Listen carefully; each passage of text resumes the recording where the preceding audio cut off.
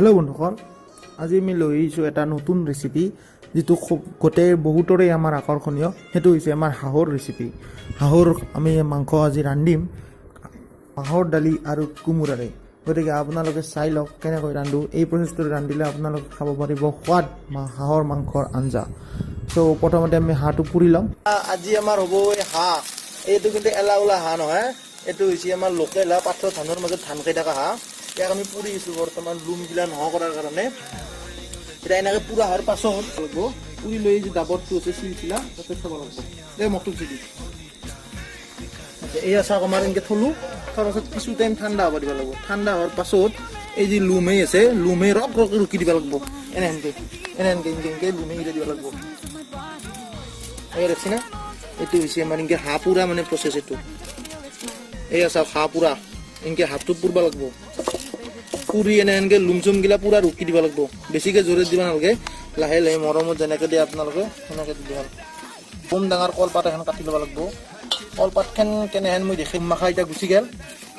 এই মাখা ডাবৰত তেল দেখছি না, এনেহেনকৈ তেল উঠিব লাগিব। এইফালে দিলে এনেকৈ এতিয়া আমি বাচিম। বাচা এতিয়া আমি দেখিছোঁ তোমাক এই চিষ্টেমত এনেহেনকৈ। এতিয়া আমি এনেহেনকৈ নামকৈ কাটি দিলে হ'ল।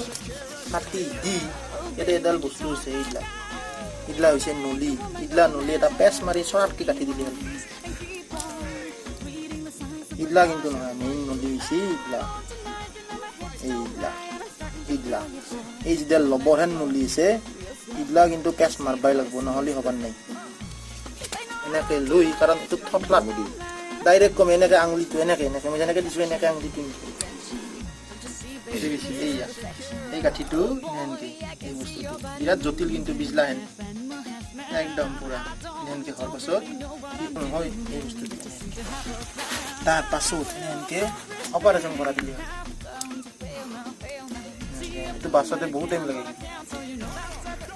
মোৰ চৰাতকৈ হয় কিন্তু ভিডিঅ'টো কৰাৰ কাৰণে দি আছোঁ, কাৰণ কি আপোনালোকৰ শিকিব লাগিব না বস্তুটো।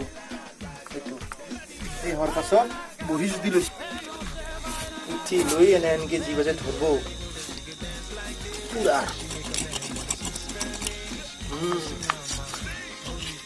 এনেহেনকৈ বিৰাট পিছলা হৈছে এনেহেনকৈ। আজি কিন্তু ভিডিঅ'টো বহুত লম্বা হ'ব দেই। আজি মোটামুটি 1 ঘণ্টা। এনেহেনকৈ বৰ ইচ্ছা আছিল মোৰ আপোনালোকক দেখাবা হাঁহ কটাটো এনেহেনকৈ। ইটা যি হেন্দি কাটি দিছিলোঁ হেন্দি ধুনীয়াকৈ ছিঙি দিলে হ'ল। এনেহেনকৈ হোৱাৰ পাছত এই বস্তুটো যি আছে এই বস্তুটো এটা কাটি ল'ব লাগিব।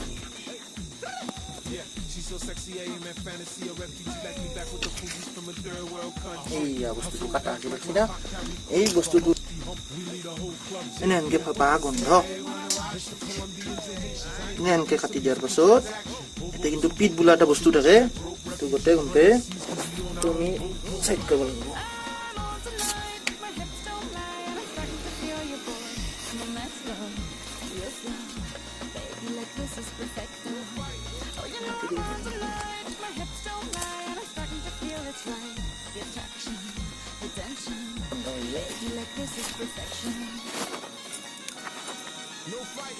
এনেহেনকৈ কাটি দি এই বস্তুটো দিছে এনেহেনকৈ উলিয়াই আনিলে হ'ল।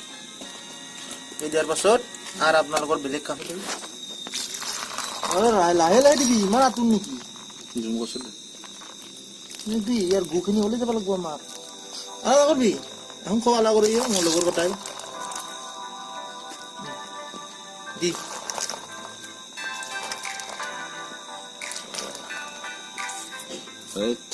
দি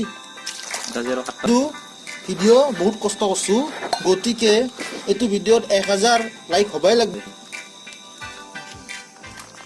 আজি পুৰা খুলি মেলি দেখাব লাগিব না হাতটো। এই বুকৰ যি ধক ধককৈ থাকে এইটো ডেস্কি তাৰ কাৰণে এইটো উলিয়াব লাগিব।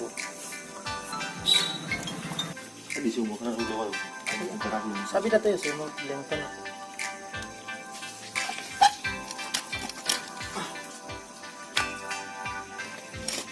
এনেকৈ ফালি দিয়াৰ পাছত এইটো যিটো থাকে আমাৰ এইটোক কয় আমাৰ চুনৈটা। এই মেইন জণ্ডিছৰ বস্তুটো আমাৰ এইটোত থাকে, এই বস্তুটোত এই বস্তুটো আমি কাটব লাগিব আৰু এইখানটা বুঝে বেছি কি কাটি দিব লাগিব দিব কিন্তু বেমাৰৰ পৰা বাচি থাকিব এদি অলপ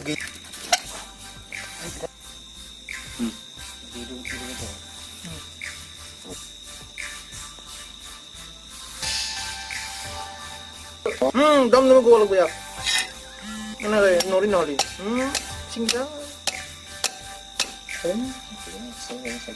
ও নহয় নিজে মুখে দি পেংকে দিবি আজি হে কাটি পৰা ৰান্ধা দেখাইছো অলপ পাছত কোমৰাটো এনেকে কাটি ল'ব লাগিব 2 গাজা কৰি এনেকে কাটব লাগিব কিন্তু বেলেগে কাটলে হ'ব নাই তাৰ পাছত ল'ব লাগিব এই আমাৰ জগা গিলাই এনেকে ডাবৰত মকমিকা চিলে যাব ৰেন সেই আছে হিবাগে আমাৰ আদা নহৰু তাৰ পাছত অলপ টাইম ৰখক আহিছো কাটিকে এয়া ইনকে কুমৰা কটা কাটি ল'ব লাগিব দেখাইছিলো এনেকে কাটব লাগিব কিন্তু বেলেগে কাটলে হ'ব নাই ইবাৰ আমি জ্বালা পিয়াজ আলু তাৰ পাছত এইব আমাৰ আদা নহৰু এইব মাহৰ দালি এইব আমাৰ ইবাৰি হাঁহৰ মাংস এই মাংসত কিন্তু কিছুখানি বস্তু সানি ল'ব লাগিব প্ৰথমতে দিব লাগিব এই হালধি মই যে কৈছিলো এইটো হালধি দিব লাগিব বেলেগ দিলে হ'ব নাই আৰু যে মই কৈছিলো বাজাৰত পোৱা জিৰা এইটো বেলেগত পোৱা নাপায় কিন্তু বাজাৰতে পাব এইটো দিব লাগিব তাৰপিছত নাং মানে এনেকে মিঠাতেল আনি এই বস্তুটো মিঠাতেলটো দিব লাগিব বেলেগ দিলে হ'ব নাই অনুপমে দিব লাগিব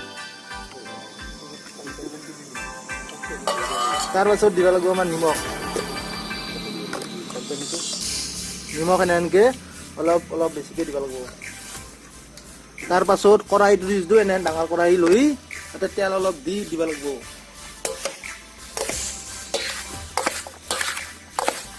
ইনকে পুৰা মজাছে সানি দিব লাগিব এনেকে পুৰা সানি লৈ তেল গৰম হোৱাৰ পাছত এই জ্বালা কটামান দিব লাগিব এই তেলে গৰম হৈ এই পুৰা ফুৰফুৰাই কৰি দিব লাগিব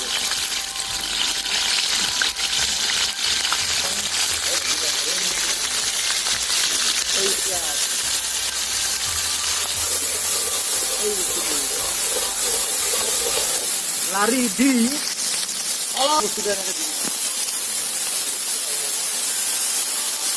এনেকে মাছ কৰি দিব লাগিব লৈ এক মুঠা কুমড়া দিব লাগিব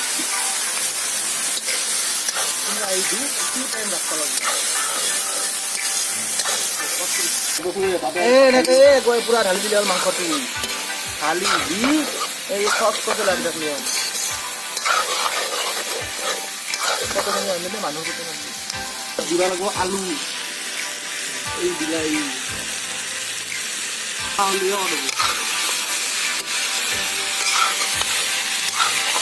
দিও এনে লাগব গপ গপা দি লাগব চাওক এনেহেন হ'ব লাগব এনেহেন হোৱাৰ পাছত আমি দিব লাগব আদা নহৰু এই চাওক আদা নহৰু এই এক বাতি আদা নহৰু মজাছে দিয়া লাগিব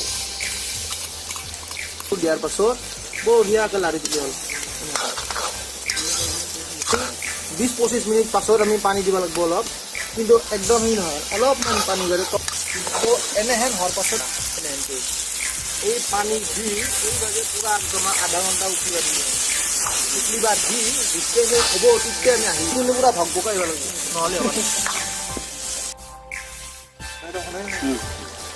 চাওক এনেহেনকৈ হোৱাৰ পাছত আধা ঘণ্টামান হোৱাৰ পাছত এনেহেনকৈ উতলিব উতলাৰ পাছত পানীখিনি নহয় গৈছে এতিয়া কড়াইটো নামাব নোৱাৰে গতিকে তাৰ কাৰণে কি কৰিব এনেকে মকমিকা কমলাহেন একযোগ পানী লৈ এনেকে মাৰি দিব ঠিক আছে